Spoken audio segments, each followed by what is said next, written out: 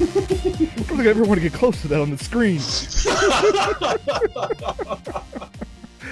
Hey everybody, and welcome to From My Mother's Basement, the show that celebrates being a geek. I'm Jason. And I am Michael. And this week we're going to talk mostly about all the tech news, the overload of tech news that is, from last week, from CES 2014. But there was a lot of interesting fun stuff and odd meltdowns. Many base explosions. Oh yes. Oh, that's like, I think it's still like the number 4 I think it's still trending right now, number 4. I really feel sorry for the guy. For Michael Bay? Well, I never thought I'd say it, but yeah. Well, okay, fine. I mean, he blew up essentially let me rephrase that. He rage quit on the stage. I was gonna say, he did pull a Christian Bale. Yeah, very true. On stage because the teleprompter went down, then it came back up, and then it died again. And he tried to impromptu once and then failed, and then basically said, I'm sorry, and walks off the stage. And you can see the other guy, the presenter, going, let's have it, okay, yep, Michael Bay. The VP of Samsung is who that was. Oh, God. Yeah, it was hilarious to watch that video. But at least he owned up to it on Twitter. Yeah, no, you got to give the boy credits for, manning up, saying, yeah, okay, obviously I screwed up. Obviously I'm not meant to do live. So you got to give him credit for that, at least. Yeah, very true. But that aside, there was a lot of cool stuff going on at CES, which we'll get to in a moment, because, Michael, what have you been up to the past week? Well, let's see. The past week, working. Mm-hmm. Harder, better, faster, stronger. And we did a panel at ALA this week. Yes, we did. And that was, it was amazing. Fun. Yeah. I was absolutely afraid that I was going to just actually I wouldn't have cared if I pissed Wayne off, but it was a lot of fun. I had a lot more fun than I thought I would, and I was all terrified that I was going to ruin things. Oh, please. Why not? Both Wayne and I were happy to have you on. Because, I mean, when you have, for the past couple of rounds, it's just been William Draven the Magician and myself, and we would go back and forth, but we didn't have anybody who kind of looked at it from a objective third party, kind of like a chaotic neutral, like you. Which is what I aim for. And it worked out fantastic. We absolutely had a blast having you on there. You are more than welcome to join us at any future event, because I have a sinking... I will, except for one. Oh, yes, I understand. It was a bit smaller crowd than we're normally used to, but then again, it is a smaller convention, so that is to be expected. True. But honestly, there was more bodies than I expected, and there were bodies in there that I did not expect to be there. Yeah, there was that one woman who was about my age, mm-hmm. who I'm looking at her going, "You are so not the demo for this convention, and let alone yet you're here, panel. And yet you're here, and yet you contributed." Mm-hmm. Oh, hey, my screen will blank. Yeah. What it was, the panel was for Ultimate Geek Showdown. This round was Goku versus Superman. And it went back and forth. I was going for Goku. William was going for Soups. And I was being that annoying fanboy that just has to point out all the physical errors. I still feel bad for the guy who cosplays as Red, because he went to the past events, and both times we would call him Ash instead of Red. Sorry, dude. Yeah, it's so similar. But in the end, unfortunately, my winning streak was shattered. And it boils down to endurance, honestly. That's what it was. Honestly, to me, it wasn't even endurance. It was more along the lines of the abilities of the powers. They both had somewhat similar powers. Superman had a little more different powers, or some additional powers. But in terms of strength, speed, stamina, Soups beats him by a country mile. And you can't say strength and stamina without me thinking of Man of Steel, Woman of Tissue. It's just... Yeah, we were supposed to keep it PG-13, but, you can't really ignore that fact. But yeah, so the video will be available hopefully sometime this week on YouTube. Just keep on watching our YouTube page. Go ahead and subscribe to it, youtube.com/OtakuLife.net. And the moment it's up, you'll get a notice. But shall we just jump right into the CES Oh my news? god, the technical nerdgasms that happened this week. Although what's surprising is it was very shallow. And by that I mean there was a lot of it was all well, there's one thing that showed up so many times, we had to make a freaking counter for it. Yes, and that is 4K. I had to make a counter for this right here. You see, right here. You could not look sideways without seeing 4K. Every time You could not. I'm sorry, go ahead. No, go ahead. Keep on going. You could not look at anything CES without seeing 4K. You cannot. You're trying to goat this counter a little farther, or Just a little bit, because the entire place is approximately 4K square feet. So, well, no, the LA Convention Center, or the one booth is 4K square feet. Yes, because initially I was thinking we could make this a drinking game, and then I realized no, that would kill us and anybody who decides. That's all the news there was. Mm-hmm. And it was 4K, 4K, 4K, 4K, 4K, 4K, 4K, God 4K, 4K. 4 freaking K. Should be at 14 because I said it 10 times. Anyway, it's just you couldn't avoid it. It was like that evil ex-girlfriend that wouldn't go away. Very true. But we're gonna also try to sneak in some news that's other than 4K. So, but let's start off with wearables. Yes, let's do that. So, I've mentioned it time and time again. I am a huge fan of my Pebble watch, the e-ink smartwatch that essentially kicked off, or at least reignited the whole craze about wearables. Right. They made a couple announcements at CES last year, but it was mostly on the software side.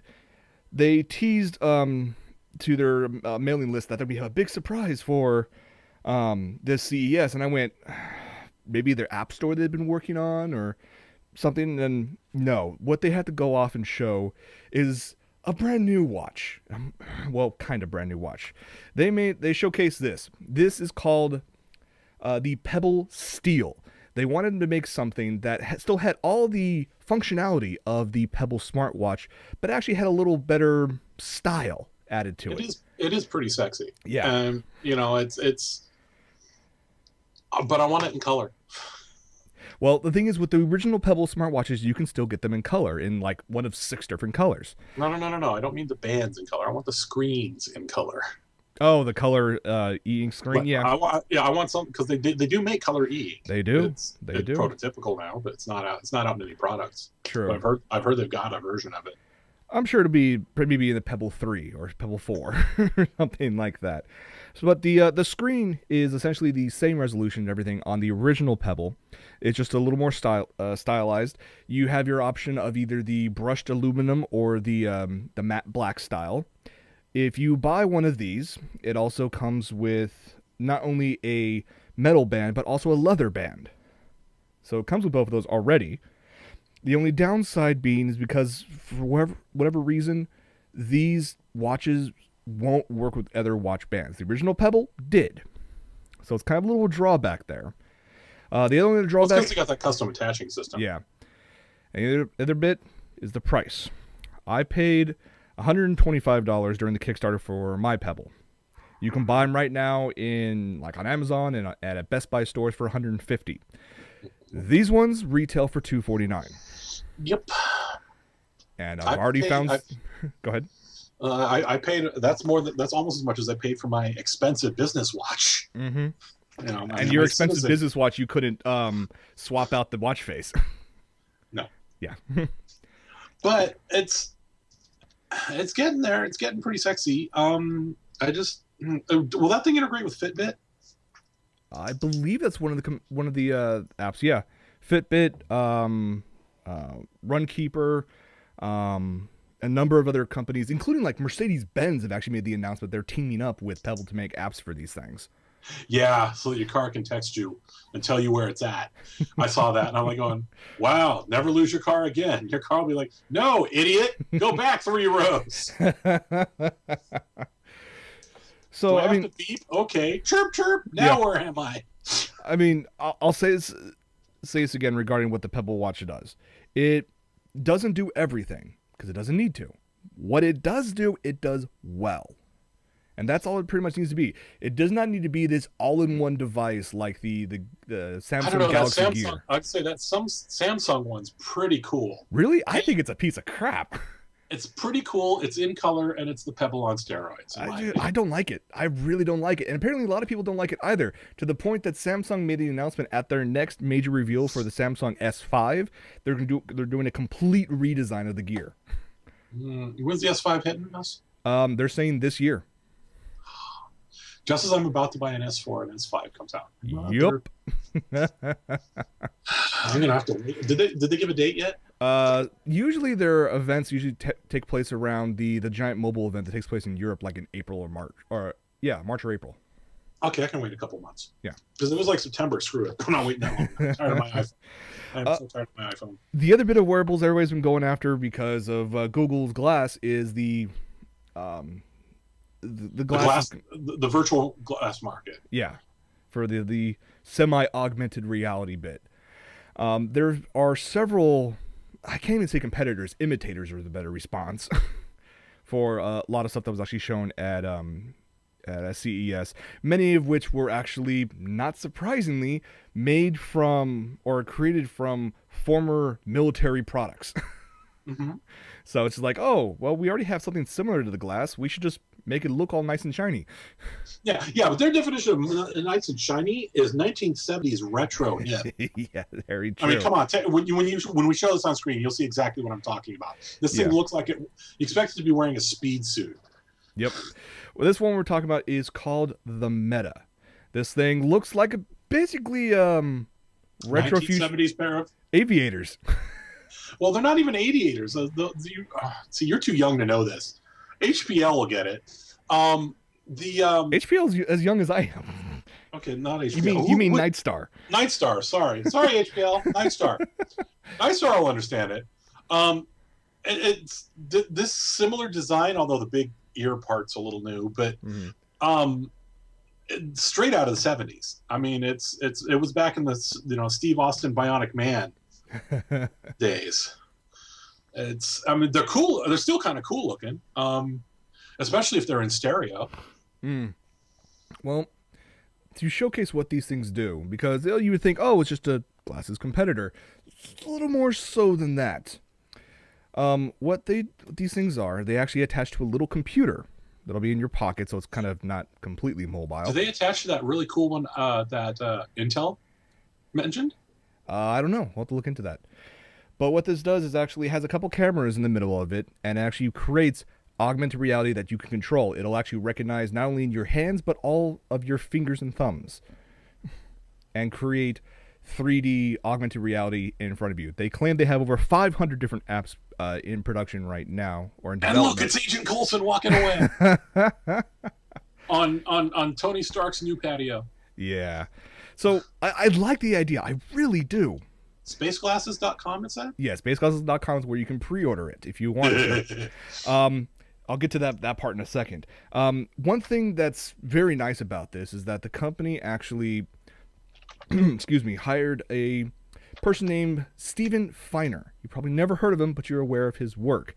He is the person who created all of the holographic user interfaces for all the Iron Man movies. Yeah, he designed the HUDs. Yeah. So you get that together with actual technology, stuff you can actually buy. Okay, then that's kind of cool. There are 2 versions you can actually pre-order right now, and they're going to be start shipping this July, they say.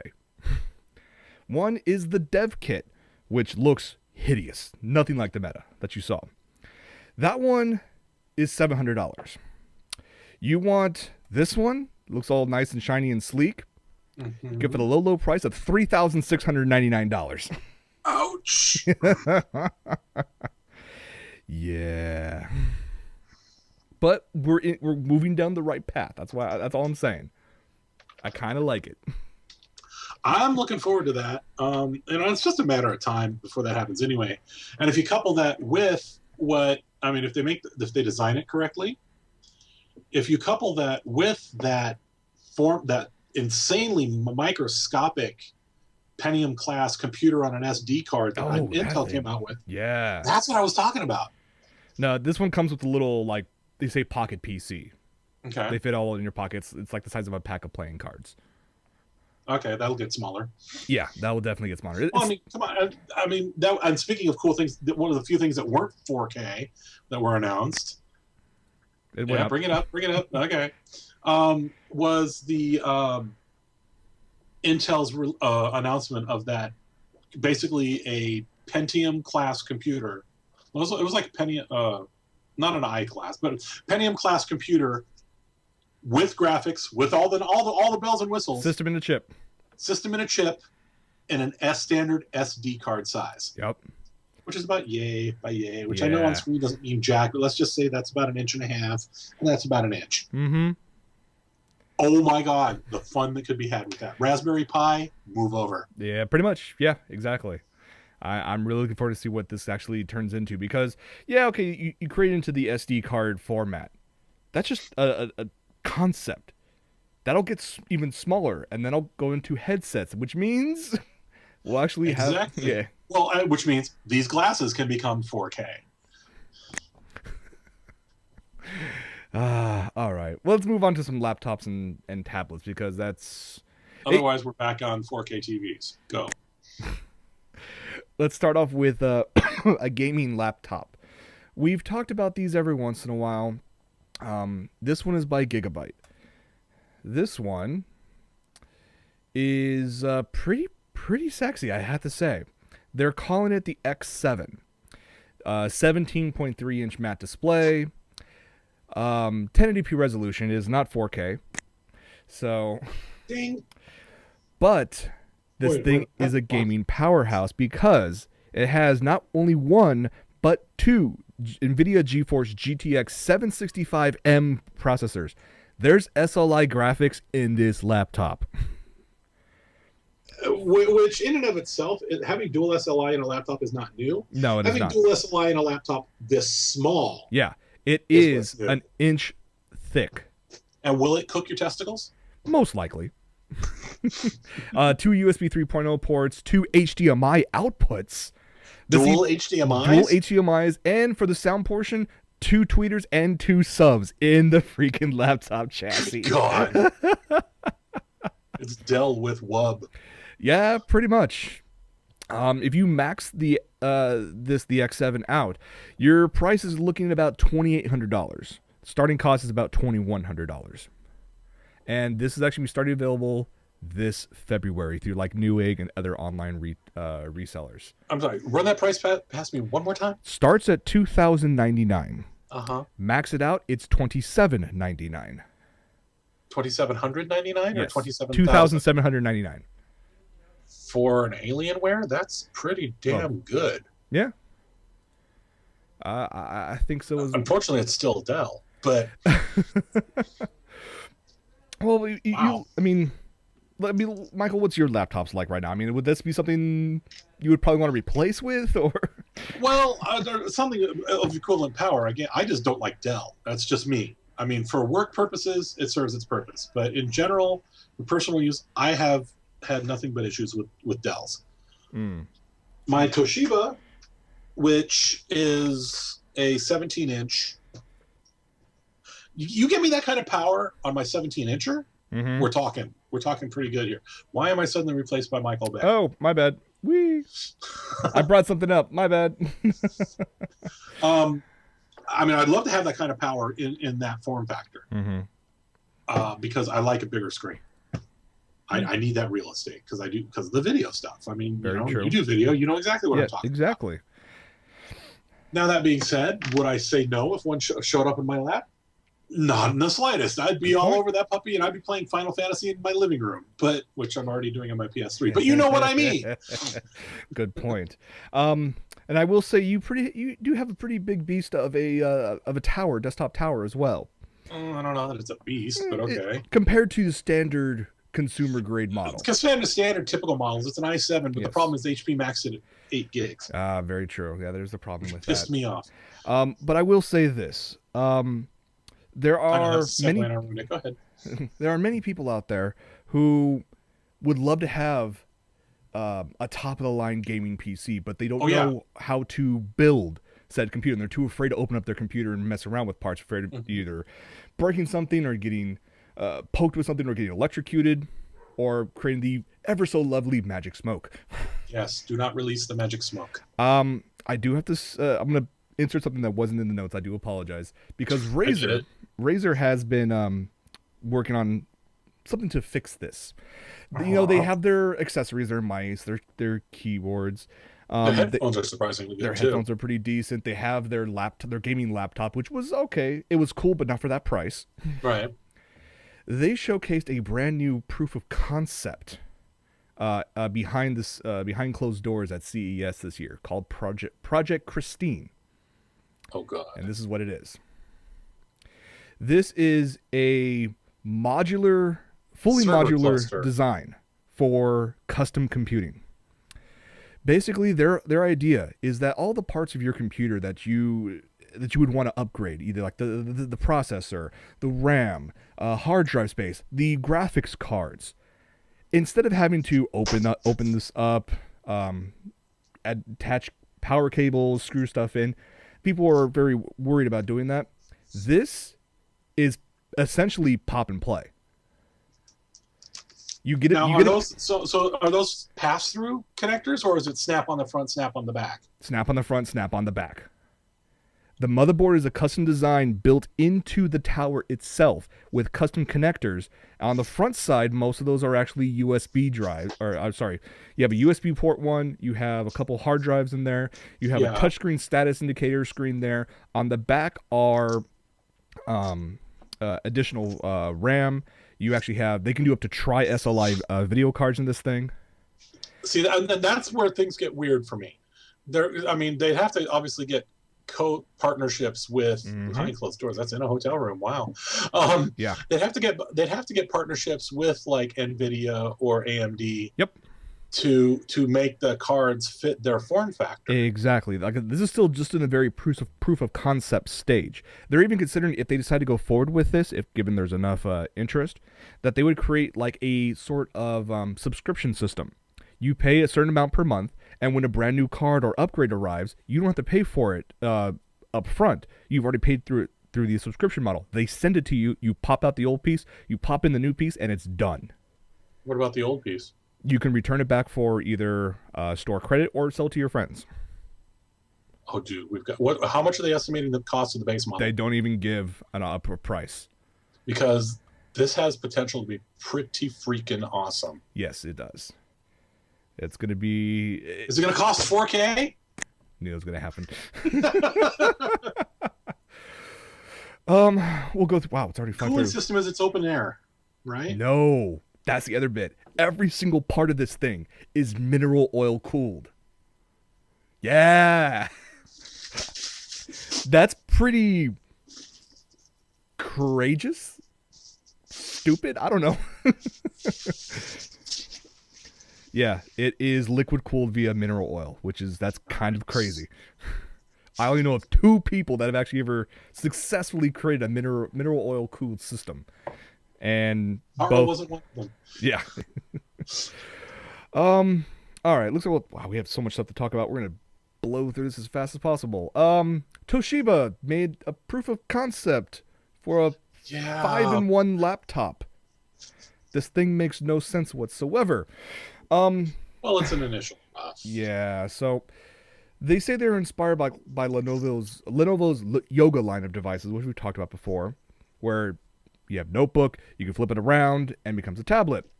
The keyboard is detachable, and there's still a bit of metal left that actually will turn around to make it a stand for the screen, but that still has power cable, USB ports, and whatnot. Has stereo speakers in there. They call it a canvas mode, where it'll be put down at a bottom angle, so it'd be helpful for. Oh, that's pretty nice, Michael. Showcasing stuff. That'd be helpful for drawing. They have a presentation mode for if you're like on a plane or something like that. You want to watch a movie. Why? Why? Well, No. give them time to refine the design. I mean, that is proof. I mean, come on, it's so proof of concept. They still have an eraser mouse on there. That's I very thought people true. stopped making eraser mice. Dude, Lenovo still has them in some of their ThinkPads. Well, that's a stand. That's like a staple of ThinkPad, though. Yeah, that is very true. Although Lenovo does have pretty epic tablets that they release. We'll talk about those another time, though. But speaking of 4K, let's talk about a tablet, specifically a Panasonic. Not touch TVs yet. Well, this is getting kind of close to it because this is a 20-inch 4K tablet. Oh my god! What's powering it? I already know the answer to this question, but it's yeah. Intel Core i5, micro USB, the micro SD port. There's Wi-Fi. There's nothing really concrete about the specs behind it other than the i5, because this is just a proof of concept. So basically, they're going to turn it into a Surface Pro. Yeah. I mean, it is running Windows 8. But giving stuff like this, and provided that it can, have pen touch input right. at varying degrees. Yeah, you go to team this up with like Wacom. Hey, look, this is their new Cintiq. Yeah. No, well, it's a self-contained Cintiq at that point. Take this on the go with you. And if you put a display port on it, you can have an external monitor. So the artist could be drawing on it and still see it on a regular screen to the left or whatever. Exactly. So that's kind of a cool bit right there. I think that could be really cool, but it's going to be really expensive. Mm-hmm. No word on price yet, so I'm sure it's going to be over $4,000. At least it's not over $9,000. Next up, Vizio. Surprisingly, have been working on laptops and tablets for a while, not just TVs. Well, they tried to enter the market a couple years ago and kind of flopped. They did, and apparently they're still keeping with it. So, aside from showcasing a bunch of new laptops, they showcased 2 new tablets. These ones, the right one's a 7-inch Slate, which is just standard spec, running on, I think, Jelly Bean. But the one on the left is their 10-inch flagship model that actually includes NVIDIA's new Tegra 4 chip. Which is pretty awesome. Yeah, it's 2560 by 1600 display, 32 gigs of onboard memory, NFC, dual cameras. It's a nice little tablet. No word on price yet, but given that it's coming from Vizio, probably it's going to be cheap. Vizio's going to be inexpensive. I mean, that's one thing that's well. I mean, they released. I don't know if that's in your list or not, but Vizio's got among their TVs that were announced, which is kind of semi-segueing ahead of time. What was it, 102 for under 1,000? They are going to be releasing these ones. These are 4K TVs, 50-inch 4K TVs from Vizio. These will be released this year. These are going to be $1,000. Vizio quality, 4K, $1,000. 50-inch. Ooh. Yeah. 50-inch seems to be like the norm right now for all the 4K TVs. So. A lot of people were pushing 102s, which shocked me. They were, and we'll get to the bigger ones in a moment. We could skip the tablets ones. Let's go right into the TVs. Let's talk about Samsung's big-ass TV. The curved one? Yes. The one that auto-adjusts? The 105-inch curved TV. Yeah. Yeah. See, this one, they decided, you know what? We don't like 4K. Screw 4K. We want to go 5K. This has a resolution of 5120 by 2160 in a 21 by 9 yeah, aspect they're trying to change the aspect ratio, yeah. Mm-hmm. Well, and that's actually not that unheard of, because that's actually a normal film ratio. Yes, it is. A lot of directors shoot at that ratio. Mm-hmm. So this one is like, hey, look what we can do. But no word if this is actually going to be on is sale. this one of the ones that auto bends? No, it is not. Those are the ones that trip me out. Where the curve. That's this one. This one's a little smaller at 85 inches.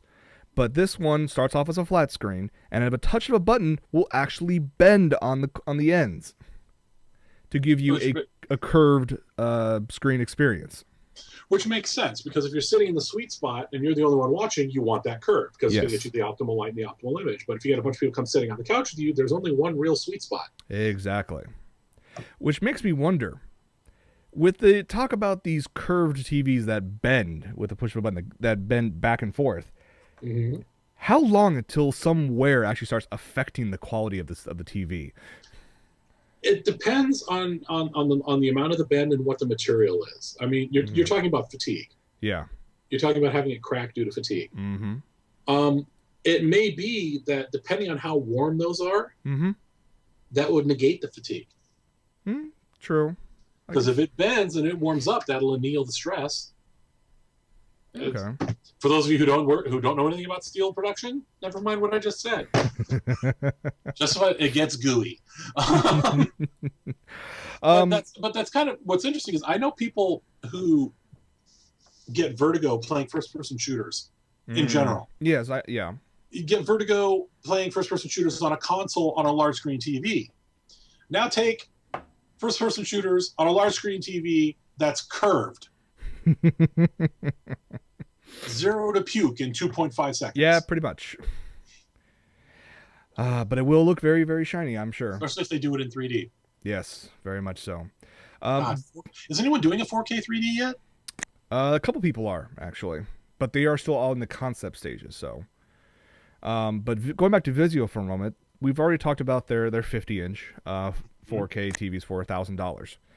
They have a whole slew of TVs they're going to be releasing called the P series, which have 64 zones of LED backlit.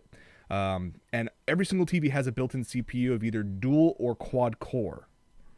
Doing what? Because it'll have stuff like you can stream like Netflix to it and whatnot, or stuff like that. But their major model is actually this sexy beast. This is a Ultra HD 4K 120 inches TV. Is that the one that's like 3 inches thick? At its thickest point, not counting the base? Something like that, yeah. God. Good God. Yeah. We don't have any information about... Hey, is that one of the paintings from Day of the Doctor? Oh, wait. Kind of looks like it. No idea when they're going to release this or the price for it, but honestly, I think they're going to focus more on the cheap $1,000 4K TVs.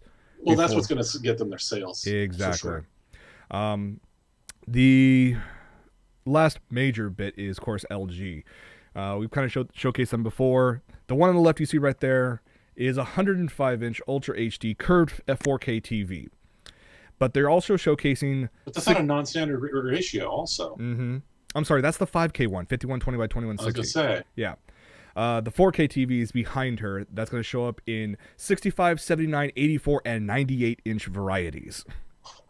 Available this year. That's Michael Winters and melts. Yeah, exactly. They claim they'll be supporting HDMI 2.0, USB, and LAN input, plus support for H.264 and the brand new HEVC format. You know, at that resolution, I want to play WoW in my living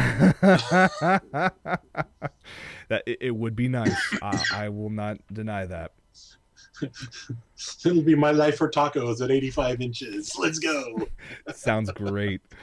We already mentioned real quick before we wrap up all the 4K TVs. We mentioned Vizio has that 4K 50-inch TV for $1,000. We already mentioned before last week that Polaroid made the announcement that they're coming out with a $1,000-inch or $1,000 50-inch 4K. 1,000-inch, my bad. They also kind of made an addendum to that, saying that before this gets released later this year, that price will probably go down, like around the $800 mark. $800 for a 50-inch. Oh, man. That's barely bigger than what's sitting in my living room, but still, it'll be at 4K res. Yep. The other company that's getting into the cheap 4K TVs is a company called Kogan. Yes, these guys came out of nowhere, and it looks like they're setting their sights directly at Vizio. Yes, because their first 4K TV is going to retail for $1,000 Australian dollars, which if you do the transfer to US dollars. Sub 900. Yep, sub 900. So, And that's for a 60 inch, if I remember correctly. This doesn't state the exact size of it, but it looks around there. Oh, 55 inch. 55 inch. Yeah. Yeah. No, and that's got to be it's got to be some. I mean, if you're going to take a stab, if you're going to jump out of nowhere into the TV market, and you want to get yourself known, go after the big guy. You know, it works for really bad, lame revenge cons that later die. It also works for TVs. Go after the one that everybody knows. Take a swipe at Vizio. Nothing else, you get the publicity. Yeah, very true. Or you can be like Sony. Who's Sony for the past few years, Sony's been kind of getting the beating for not being, taking risks like they used to back in the day. But then again, Kaz Hirai for the past couple of years had to apologize and fix stuff at Sony. This year he said, so the Yakuza took his other fingers. Yeah. This year he's like, I'm done apologizing for all the other stuff. We fixed everything, or most of everything we've had problems with in the past. We're gonna go back to being like the cool company. We're gonna have our swagger back. I'm like, okay, but then but when Kaz Hirai says it, you can believe it's gonna happen. Yeah, especially when you see now that this sexy thing. This sexy thing right here is what I want. Yeah. This is what they're calling the Life Space. This is an ultra short throw projector that can put a 140-inch 4K screen on any wall. Even has a pair of speakers built into it, a cabinet for hiding your various home theater components, so it's an all-in-one that can give you 147 4K on any wall. Do want. And when we're saying short throw, it's like the projector to the wall is like maybe 6 inches. Yep. Now, that's going to some weird ass lensing. Yeah, very true. Now, short throw projectors aren't really a new thing, but the way Sony is marketing this and where they're what's the brightness on it? Let me see what they actually mentioned. The only thing they say about the lumens is that it'll be bright enough to showcase a full color video in a brightly lit room. So it has to be bright as hell. Yeah, there's got to be multiple settings then. Okay. Yeah, exactly. The whole idea behind it is that they wanted to showcase not only just movies, but also, say you're at home and you want to see the beach.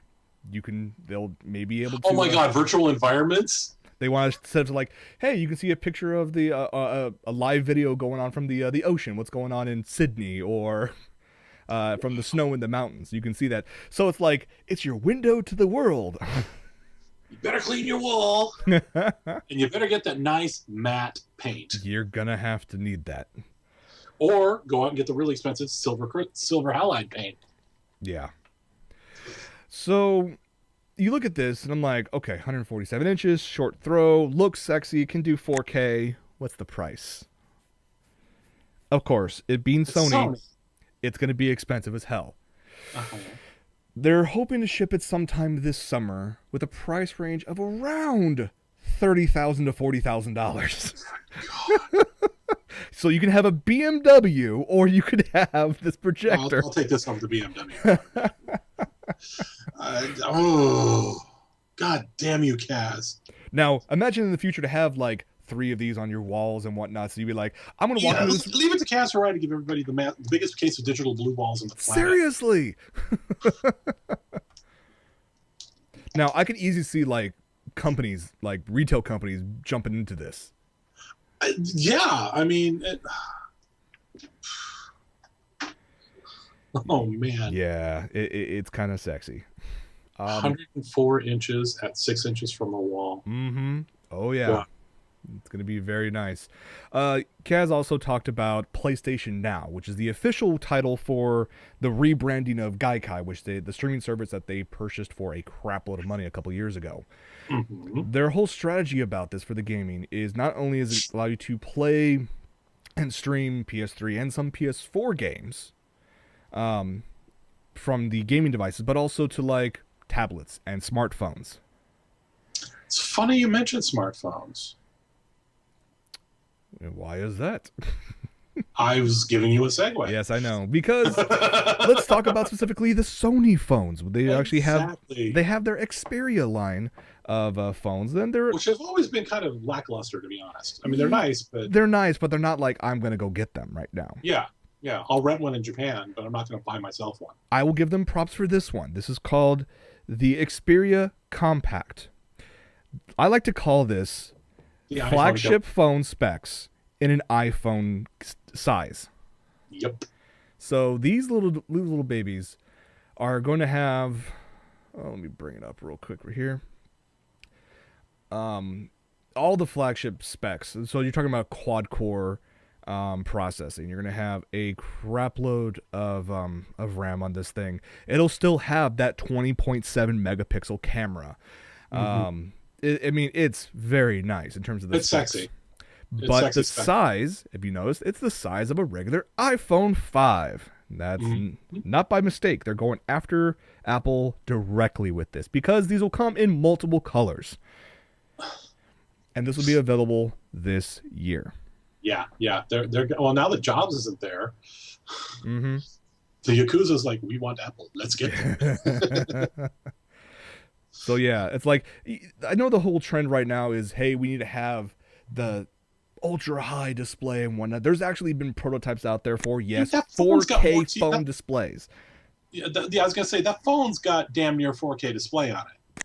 That one though, because it's a compact one, it has all the specs in terms of like the hardware behind it. The screen itself is 720p. But it's there's a downside to that bit, but they're going directly after Apple for this one. Right. Well, somebody else has to make a competitor to the Retina, and that's what I'm waiting on. Well, nobody else. I mean, nobody else has really got a screen that competes with the Retina on a phone, or on a pad, or on anything. Well, actually, was it Archos or Arcos? You said it was Arcos. Yeah. They actually are showcasing a couple of their own tablets this time around. These ones right here. These ones all run Android. They run from 7 inches to 9.7 inches. Basically, iPad and iPad Mini. They both have the same resolution as the Retina display for the iPad and the iPad Mini. So same quality, or let me present, same resolution. We don't have the same quality yet. Mm-hmm. But these ones start at $249. Significantly cheaper than the iPad. What's the battery life? I can only imagine. On those and the Sony, for that matter. It's got to be nil. Well, not necessarily. I mean, batteries are getting more and more efficient, and the screen, the amount of power these things take, especially as they get OLED to be a more stable format, the power used is getting more and more negligible. Yeah, very true, very true. But we'll see what happens with these ones when they come out later this year and see how well they do. I'm sure there'll be plenty of reviews up on all the tech websites. And of course, I don't know if you linked it or not in the notes. I didn't see it since we're getting close to the end of our time here. The heads up. We talked about the sunglasses cool Tony Stark display, but the other helmet was there too. Which one? Oh, the motorcycle helmet? No. The VR set. Oh, VR's coming back strong. Yeah, I remember you talking about that. I don't have it linked, so. Okay. Yeah, that's. I mean, the only thing other than 4K that was getting any real size was the microcomputers, such as the Intel SD card one, and VR. VR is coming back in a big way. Yes, it is. So I think there's potential for really cool here. Yeah, because they got those. I'm trying to remember the name of the company that makes the glasses or the helmets. Well, it's not helmet, but it's a. Oh, I know Sony has one. Well, Sony's got one, but this is a separate company. You were talking about Oculus Rift. Yes, thank you. The Oculus Rifts, where they've got them to the point where they will not only that they've got spatial awareness. Yes, this is right including here. Angle. Yep. This is their latest prototype called Crystal Cove. And on most of the tech websites that I follow, this earned Best of CES. Yes. It kind of helped that they added it's definitely more refined than their first year demo. But you'll notice it's getting smaller, it's getting lighter, its resolution is improving. It has an OLED display now. Yeah, which reduces the weight dramatically. Mm-hmm. Yeah, it's I want one of those. the positional tracking capabilities of this thing alone just make it. Yeah. Oh yeah. The fact that you could be running around in WoW, and you could tilt your head, not just turn to the right, but you could like tilt at an odd angle. Exactly. The capabilities of this to give you vertigo. But I mean, you thought a curved table would get you vertigo before. Well, yeah, but I mean, something like this though, if you did it right, and if they get the refresh rate right, that's the big thing. That is the big one right there. Because the big thing that killed the old VR systems was it was still running at standard NTSC refresh rates. Right. Which blinded. I mean, it made. I don't get vertigo, and it made me dizzy. Mm-hmm. No, this one, I keep forgetting. It's not in the article that I had linked regarding the refresh rate, but it's definitely fast enough so you don't really get that. People were by playing. The time it comes out, I guarantee it'll hit 4K. Oh yeah, I mean they already got so many backers, both personal and corporate. They've already just last year alone garnered over 90 million in funding. Yeah, and I heard that these things when they come out are going to be sub 1,500. That's the idea. That's what I've been hearing. I'm hoping to get sub 1,000. Oh, that'd be so nice. Yeah, sure. Dude, we will be in gamer heaven if these things hit sub 1,000. Yes. And of course, there's the one porn company who's involved in it already, too. Of course, yes. That was funny as hell. Can't ignore that. Okay, wrap up two final things before we get to what we're watching. Last thing from CES, it's a smartphone. It's a prototype. It's a proof of concept that is amazing. People have talked about this. People have mocked this up so many times, but no one's ever really created anything physical about it. Working model, yeah. Yeah, until now. Phone manufacturer ZTE has put together their prototype for a modular phone, a modular smartphone. Now, what do I mean by that? Say you have your phone and you wanted to the camera's starting to look pretty blurry. You don't want to have it that way. You want to upgrade that. You can just now buy, well, once this comes out in 2 years, but you'll be able to buy just the camera portion to upgrade it or replace the part you already have. Say you want more processing power, swap out the chip. Say you don't need that much memory, but you want long battery life, swap out one of the memory bays for a battery chip. Yeah. Yeah, the potentials of this are really, really cool. If you wanted to do nothing more than just make calls, well, you could do that, I suppose. Yeah, I mean, just imagine that. Say you have like you've tweaked this thing out so much to the point where you have it exactly where you want it, but a couple years later, you're going to upgrade to something different, and say mom and dad need a new phone. You can essentially dumb this down to the point where it just makes phone calls. Even swap out the display if you wanted to for even a lower resolution or however you wanted to put it, and give it to them. Yeah. You just buy the parts you want. This is amazing. I'm looking forward to seeing where this goes. That SD card chip and the Oculus Rift were my big hits of E3 or of CES rather. Sorry. Yeah, there were a couple TVs. TVs are nice and all. TVs are TV. I mean, I'm kind of getting burned out on TVs. Oculus Rift. There was also. I'm kind of curious to see where that Project Christine's going to go from Razer. Yeah. I'm now. See, I didn't know about that until today. Yeah. So how I missed it is beyond me. But yeah, I'm really curious about Christine. I want to know where that's going to go. I will stack that sucker like no tomorrow. The last bit of render farm. Oh my God, yes. The last bit of tech news, which is actually not coming from CES. This is actually coming from Japan. It is a consumer product that will be available this month that you can buy, which means most likely we can actually import this. I kind of want to. It's called the One Touch.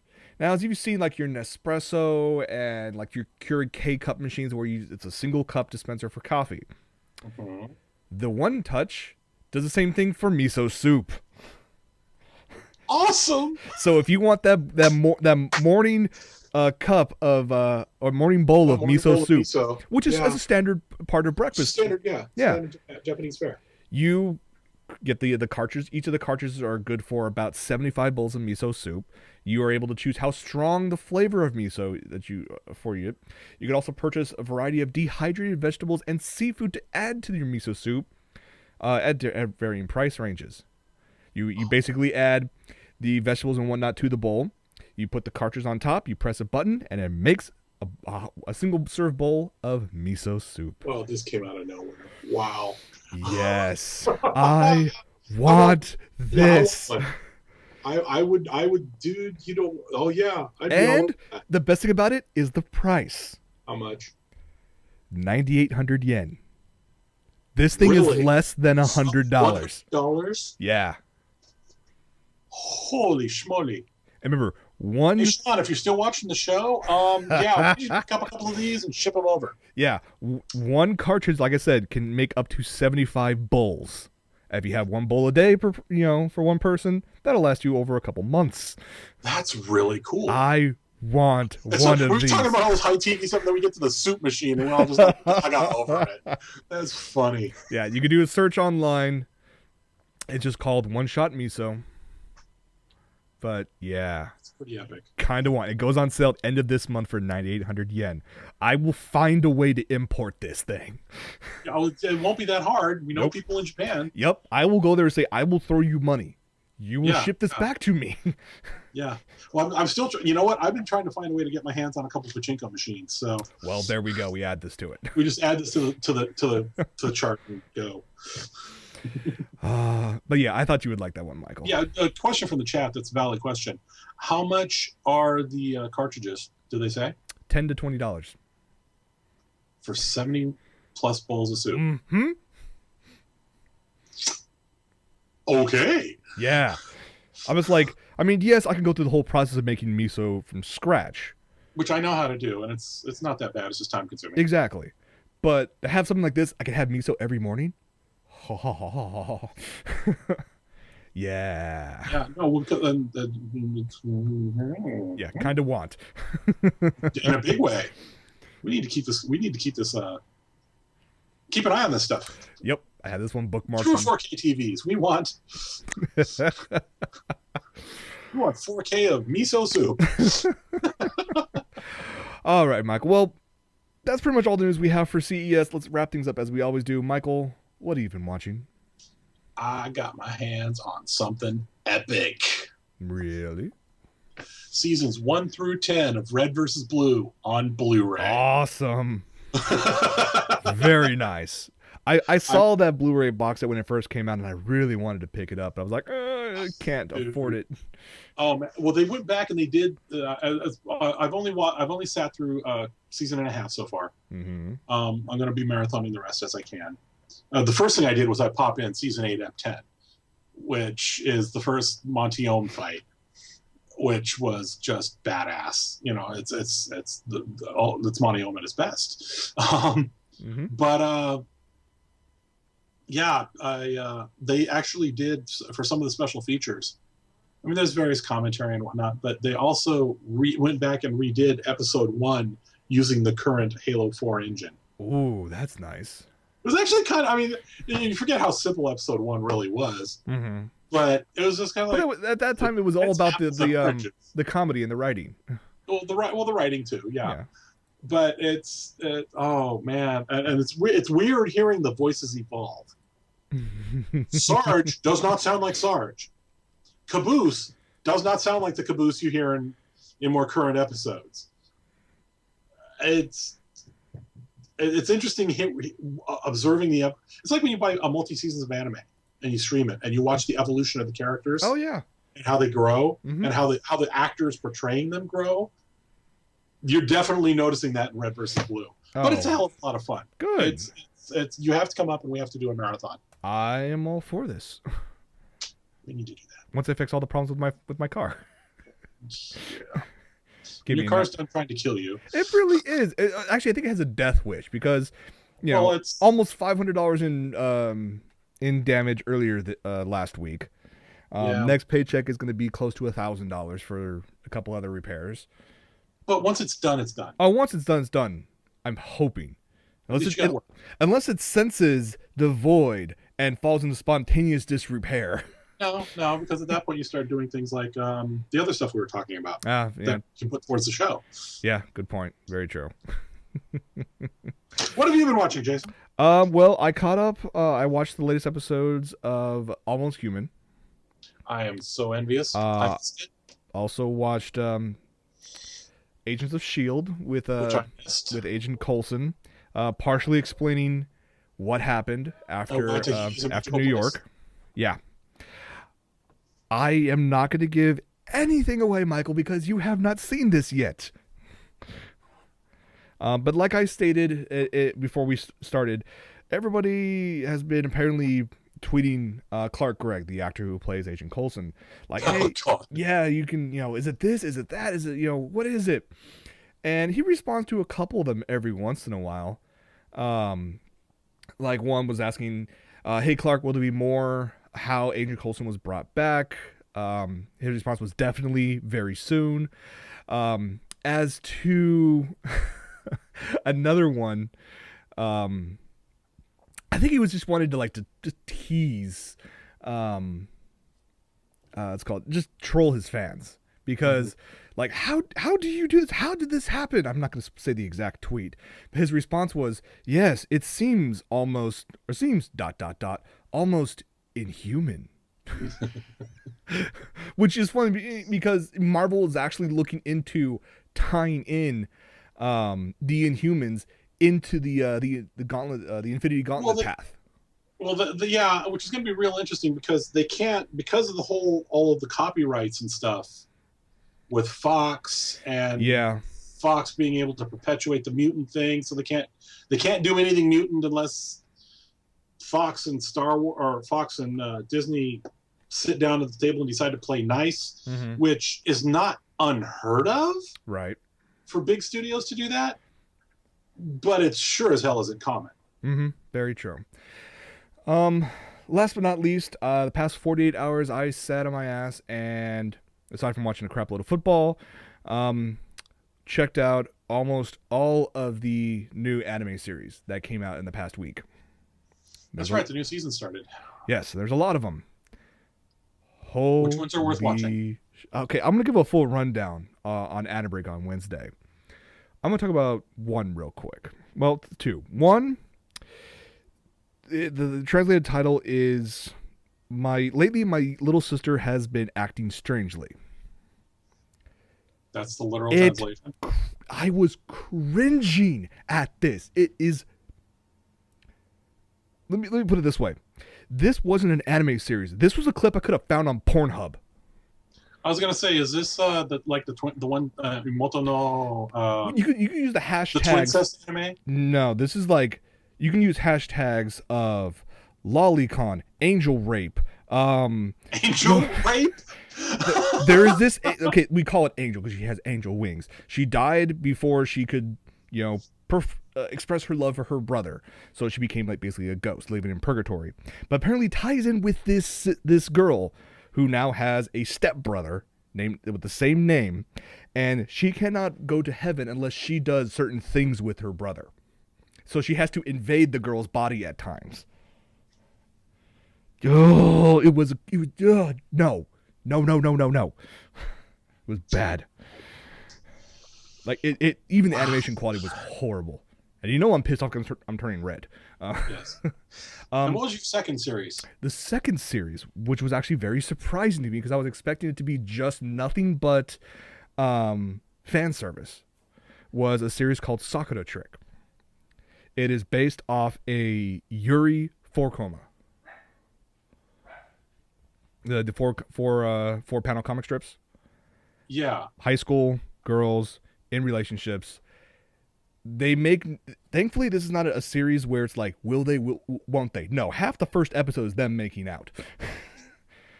Which is okay, there's her fanboys, and all the fanboys started fapping at this point. Okay, whatever. But the rest of it, the comedy is actually pretty damn funny. Okay, see that's what will get me. I don't care if it's guy, girl. I don't give a crap about that. Yeah. Is there a story, and is the animation quality good? The animation is standard. The backgrounds, I swear to God, they took Manga Creator Pro, picked random CG backgrounds and went, we're going with that. We have a copy of Manga Studio Pro, actually. So the backgrounds are just standard CG manga backgrounds. Okay. The animation is okay. The storyline is cute. But the laughs are just random. Like there's a point where one girl trying to jump from one balcony to another, unfortunately slips while trying to make a jump. So she's looking like she's about to fall like 3 stories. The other girl grabs her like, oh no, I don't want you to go over. She slips on something and ends up going over herself. But the momentum of them and ignoring physics caused them to tumble head over heels for about 4 or 5 feet straight left to the other balcony. Okay. Yeah, it was just like, okay. Wow. Which turned out to another makeout session, but Of course. But at least it's one of those that stream froze while Michael was rolling his eyes. Now. Speaking of which, aren't we due for another Ghost in the Shell? Yeah, I believe so. Must have. Yes, we should look into that. Yes. So yeah, those are two series that I saw. I watched another like 15 different series over the past couple days. We'll talk about all of them on Anna Break this Wednesday. And briefly on the comic side of things. What do you got? The new God of the Dead is out. Ooh. Actually, episodes boxes 2 and 3. This one looks like Shiva on it. Nice. It's got Aztec gods on it. Haven't read them yet. They just came in, but if you oh wait, there's another one. There's a 4th issue. What? Holy crap! They just pushed it all out at once.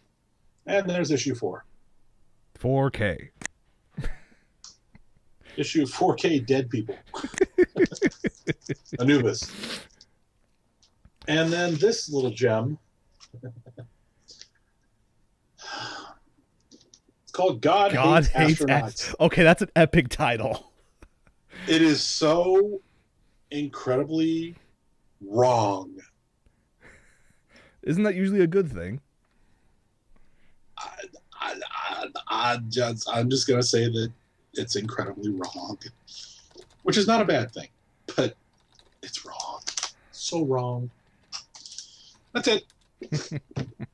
Sooner or later, we're gonna get Nikki back on and have her do a comic segment for us because she reads these a lot more than I do. But very true. All right, everybody. Well, that's going to be it for this episode. I want to thank you guys so much for hanging out with us. Stay tuned for post-show. Next week will not be as tech-heavy. We have a lot of news going on. Didn't get to all the news we wanted to this time, but we will add those in for next week first thing because, you know what? We didn't do our Disney check this week, so we'll have to do double that next week. There's one little teaser that we really should mention, but... Toss it in real quick. One of the spin-offs movies for the Star Wars series has finally been announced, and it has been confirmed. There will be a Boba Fett movie. Awesome. Yes. Very cool. We'll hopefully have there, Solo. Feeling a little frozen up, are we? All alone in the night.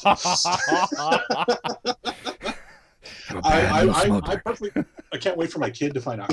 My son's a massive Boba Fett fan, so... So yes, they're finally doing it, which is kind of awesome. They've been needing to do one for a long time. Yes, very much so. So hopefully we'll get more details before next week. So yes, indeed. All right, everybody, thank you so much for hanging out with us. Stay tuned for post show and for From My Mother's Basement. I'm Jason, and I am Michael. We'll see you guys next week. Take it easy, everybody.